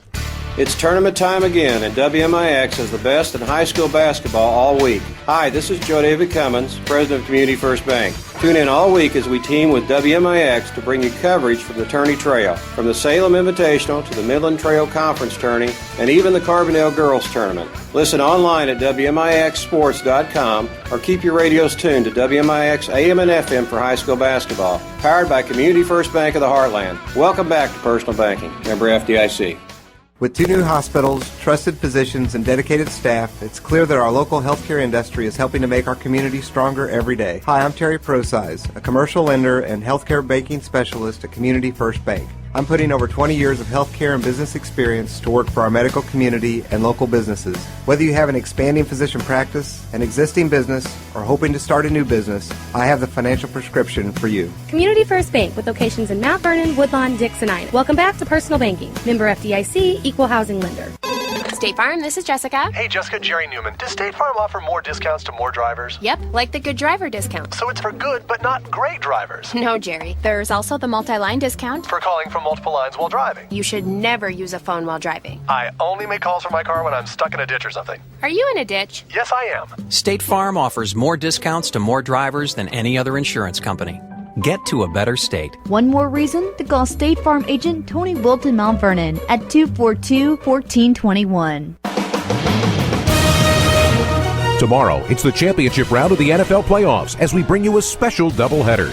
Hi, this is Scott Graham. Join me and the rest of our Dial Global Sports crew from the Subway Fresh broadcast booth for all the action. First, the San Francisco 49ers head to Atlanta to take on Matt Ryan and the Falcons.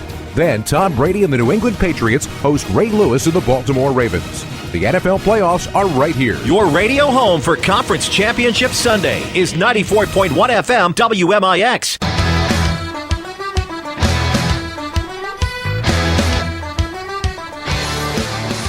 And welcome back to the Saturday Sports Show, WMIX, WMIXsports.com, presented by Crossroads Community Hospital. It's more than a hospital. It's what healthcare should be.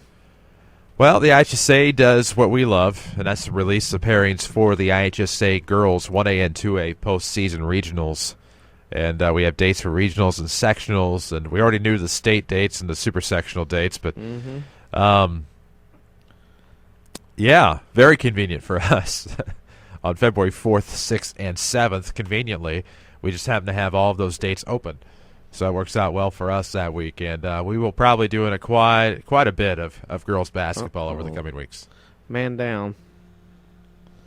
Man down. Man down over here. It's called QNS? Yeah, no. No we don't comment. Have them. I'm just messing with you. No comment. Okay. On the QNS side, no comment. That does not bode well for us.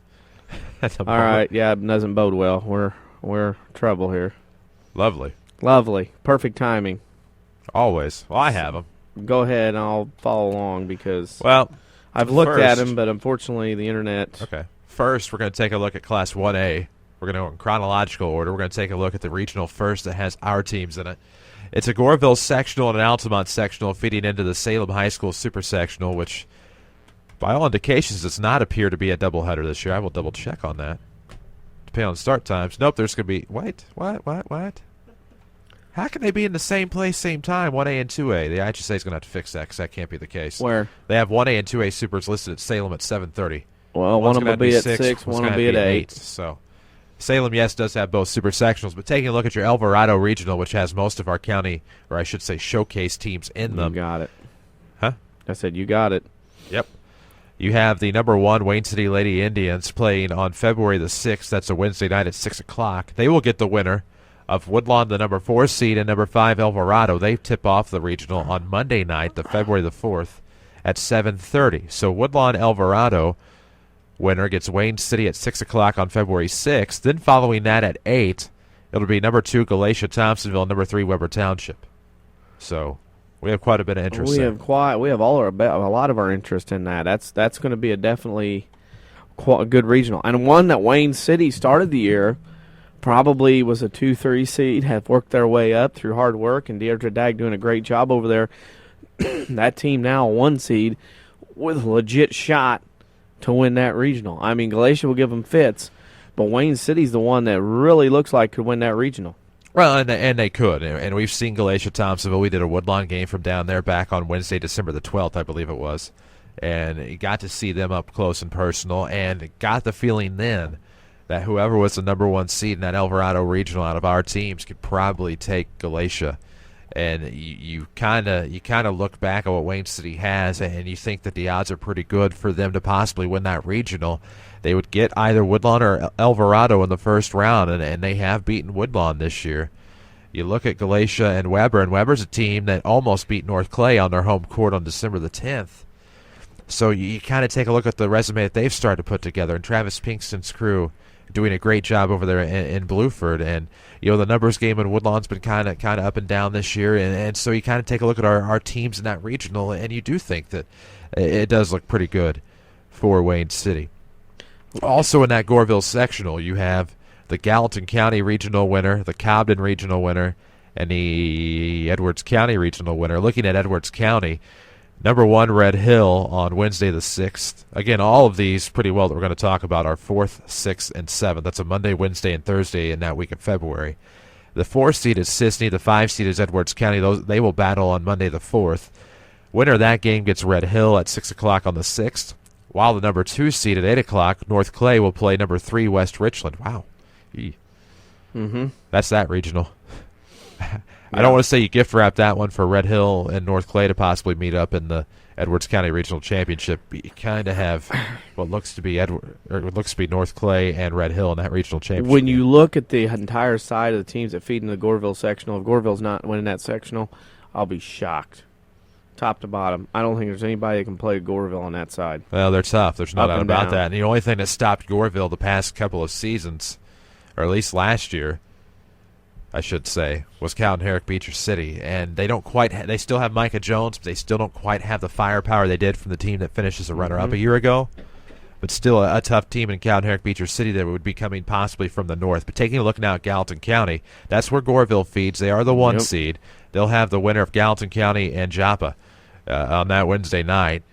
Goreville would more than likely, assuming no upsets, would play Pope County or Century on that Thursday, and that's pretty well your Gallatin County Regional is Goreville. Yeah, and you hate to be that way, but it's just you're using the law of averages and the law of fact. You're looking at the law of talent. I'm just going to say it is. I mean, unless something strangely happens, off nights, sickness, something happens. I mean, no disrespect. I'll say this. When you look at Wayne City, they could very well be in a sectional final.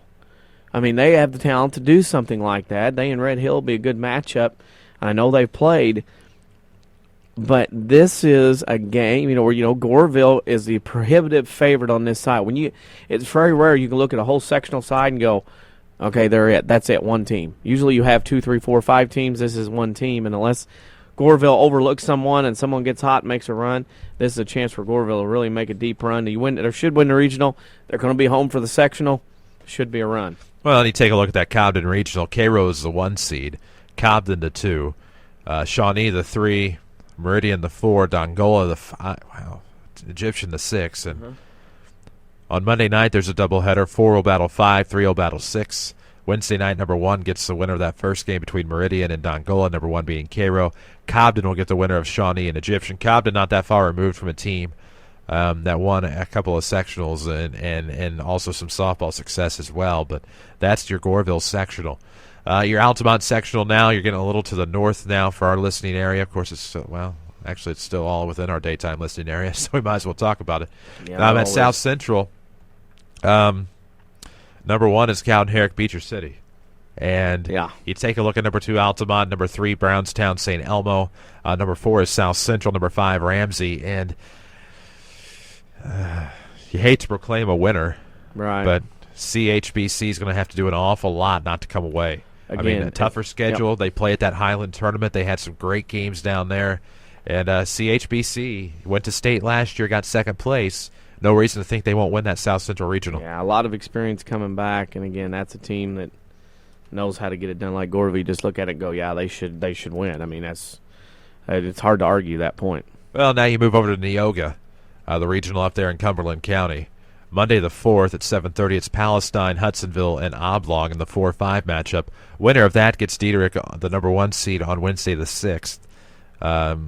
St. Anthony and Neoga will battle in that 2-3 game, and we're coming out of an Effingham tournament now with the likes of Centralia, Effingham, St. Anthony, Diederich, Neoga in there. So you're getting kind of a feel of a lot of those teams. Cumberland also in that tournament, but Diederich and St. Anthony probably gonna go down to the championship game there at Neoga, and one of those two probably gonna win that one. Hate to give it to Diederich just yet, but St. Anthony's kind of coming on strong as of late. Well, we can go with Neoga and stuff like that in Villa Grove, but if I don't know which direction you're going, you could go up to the one above and talk about some of our other teams we've seen over this year that are scrawled as things continue to be awkward. Yeah. And Oakville will host a regional and girls action. And how about the Oakville Lady Rockets? Lady Rams beat them early in the year, and I'm not so sure if those teams matched up now that things might not go a bit differently. Oakville has some impressive wins on the resume. They're the number 1 seed.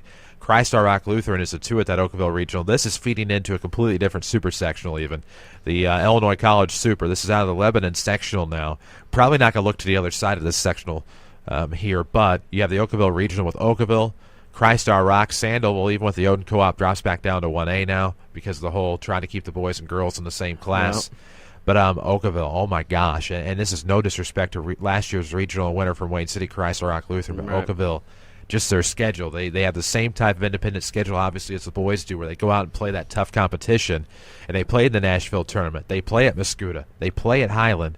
And they are not scared. They will not back down. There's no reason to think that Oakville, not just a threat for that regional, but a major threat for that Lebanon sectional.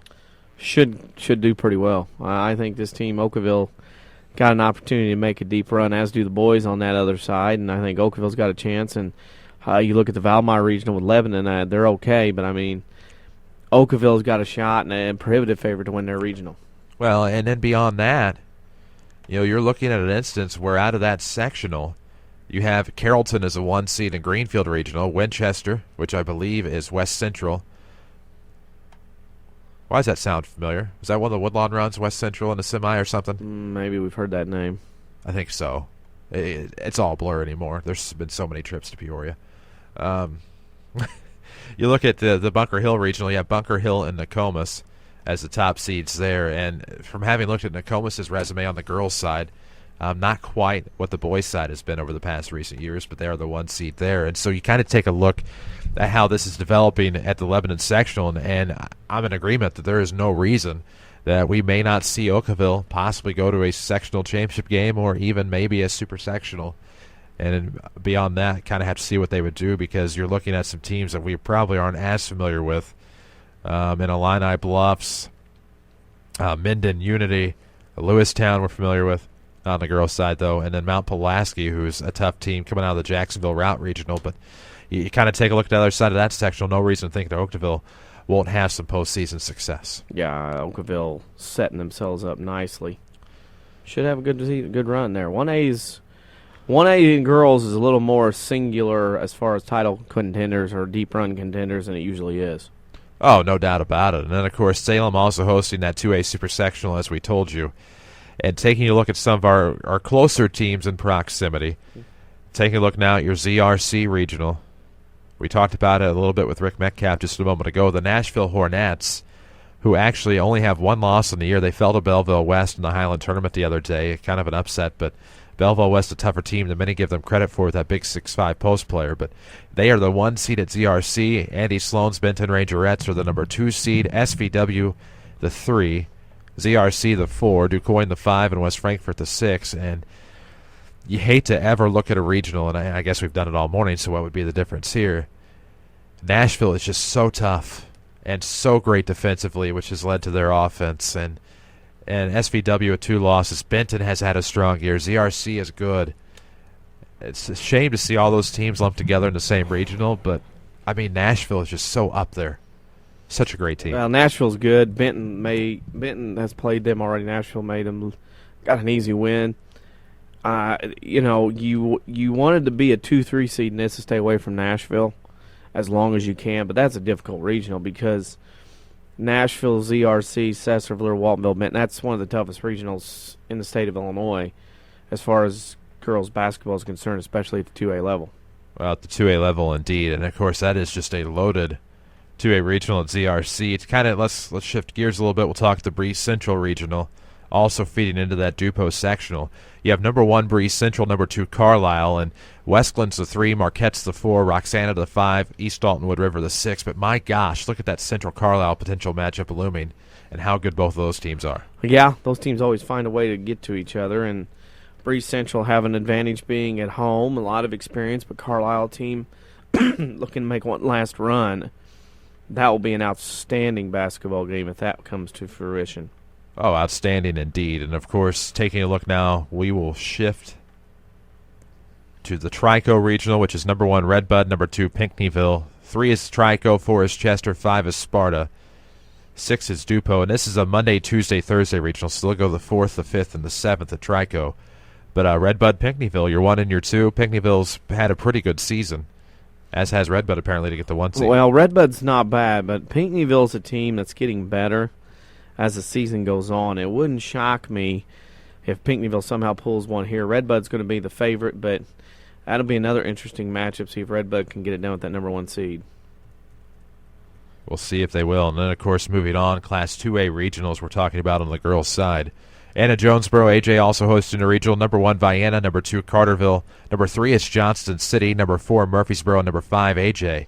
That is also a Monday, Tuesday, Thursday.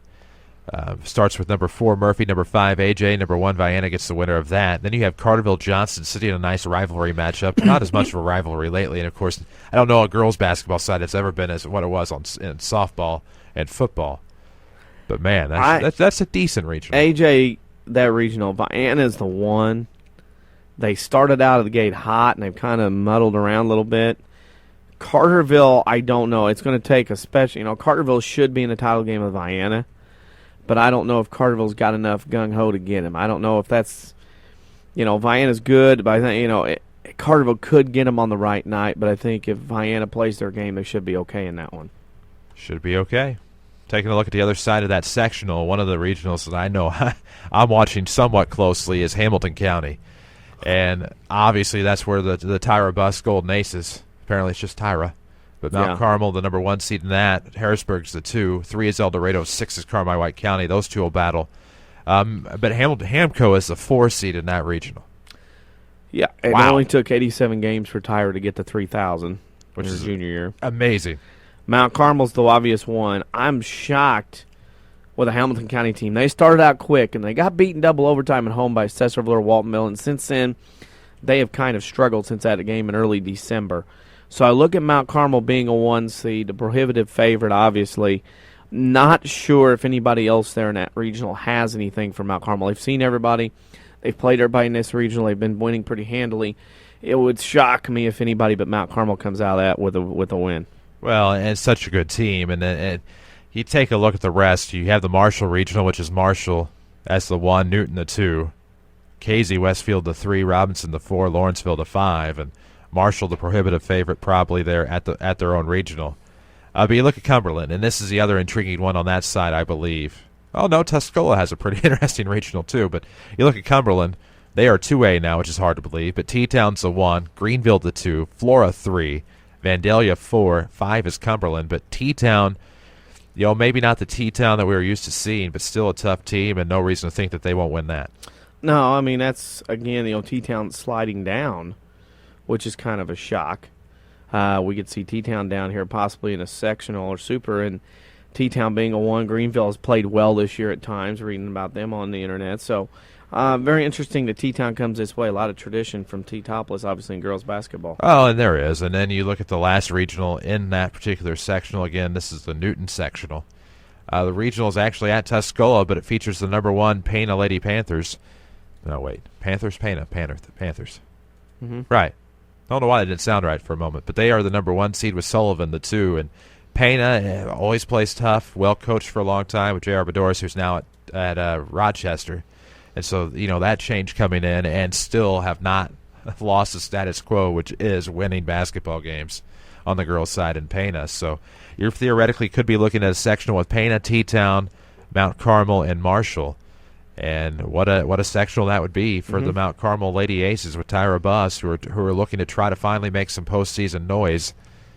An opportunity. Yeah. But it will not be easy, as they found out last year. No, because you're looking at possibly a Pana. If you get by them, you have a T-Town possibly looming in a sectional title game. That's going to be tough. And then if you're able to get to Salem, Lord only knows, you would assume from their success probably in Nashville. That's the matchup I would love to see, just because I would love to see Wayne Hari's defense against Tyra Buss and Mount Carmel. She's not seen defense like that in her career yet. She will at the next level. There are boys teams that have not seen defense like that. I'm just saying, she will not. She will see it at the next level. She may or may not see it until she plays Nashville. Right, and that's the thing, and they have to get there first. It's going to be a tough road for both of those teams to get there, but all in all, I think that either one could do it. Reese Barnfield, put that camera down. I see what you're doing. No, you're not taking a picture of us in there, are you? He didn't hear us. He isn't. He wasn't monitoring us. I think he was trying to take a picture of us. He knows I don't like that. But anyhow, this is the Saturday Sports Show. We've been glad to have you today, of course, courtesy of Crossroads Community Hospital. It's a busy day of basketball here on WMIX, AM and FM, and WMIXsports.com. As we have about 40 seconds left in the show, Rams basketball comes your way on the FM at 11:15. DC will have the call. It's on WMIXsports.com. Lady Rams basketball to immediately follow. Should Rams basketball run long, we'll start on AM 940 and then move to 94.1 FM. Following that, I'll have to call the Lady Rams championship game against Carbondale at Carbondale. Then tonight depends on the Rams. If they win, we'll have the consolation championship from Salem at 6:15 for your pregame on the FM. Woodlawn Cardinals would then be on the AM.